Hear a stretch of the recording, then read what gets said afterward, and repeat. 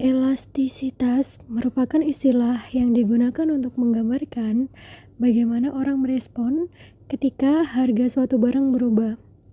Ini berlaku baik untuk barang yang kita beli atau bisa disebut permintaan, maupun untuk barang yang produsen tawarkan atau penawaran. Permintaan adalah seberapa banyak orang ingin membeli suatu barang atau jasa ketika harganya berubah. Jika harga turun, biasanya lebih banyak orang akan ingin membeli barang tersebut karena mereka merasa lebih terjangkau. Dan sebaliknya, jika harga naik, mungkin akan ada lebih sedikit orang yang ingin membelinya. Penawaran adalah seberapa banyak barang atau jasa produsen siap tawarkan pada berbagai harga. Ketika harga naik, produsen mungkin akan bersedia menawarkan lebih banyak barang karena mereka dapat menghasilkan lebih banyak uang. Namun, jika harga turun, mereka mungkin akan menawarkan lebih sedikit barang. Elastisitas itu sebenarnya ada 3 jenis. Yang pertama adalah elastisitas harga, atau yang bisa kita sebut sebagai reaksi orang terhadap perubahan harga. Yang kedua, elastisitas silang, atau bagaimana barang yang satu berhubungan dengan barang yang lainnya.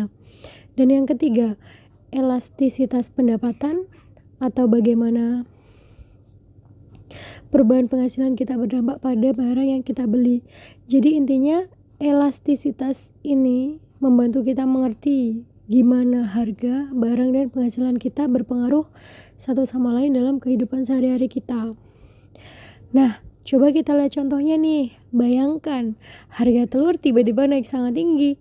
Ketika harga telur naik seperti itu, mungkin orang akan berpikir 2 kali sebelum membeli telur. Akibatnya, permintaan atau keinginan orang untuk membeli telur bisa jadi berkurang. Mereka mungkin akan mencari alternatif lain, atau mungkin memutuskan untuk tidak membeli telur sama sekali karena harganya terlalu mahal. Jadi bisa dibilang naiknya harga telur bisa membuat orang kurang tertarik untuk membeli telur. Jika harga telur tiba-tiba naik, maka ada sebagian orang mungkin akan beralih dan memutuskan untuk membeli tempe atau tahu sebagai alternatif. Mereka melakukan ini karena harga telur yang naik membuatnya menjadi pilihan yang lebih mahal. Jadi untuk menghemat uang, mereka memilih untuk membeli tempe atau tahu yang harganya mungkin lebih terjangkau. Nah, mari kita bahas tentang emas sekarang. Jadi, nilai emas terus naik dari waktu ke waktu. Ini disebabkan beberapa hal seperti inflasi, kondisi negara, tindakan bank sentral, dan juga faktor-faktor dari investor.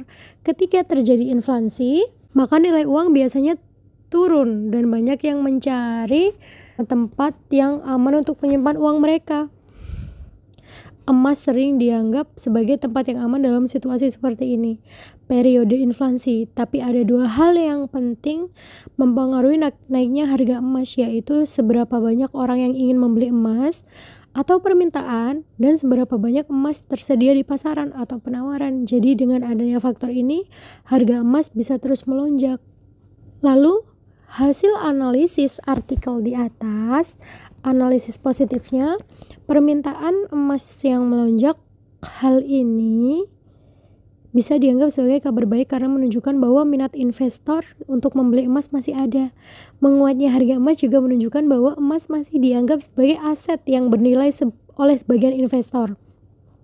Analisa normatif, nilai emas cenderung stabil, artinya bahkan jika harganya naik, emas masih dianggap sebagai pilihan investasi yang baik.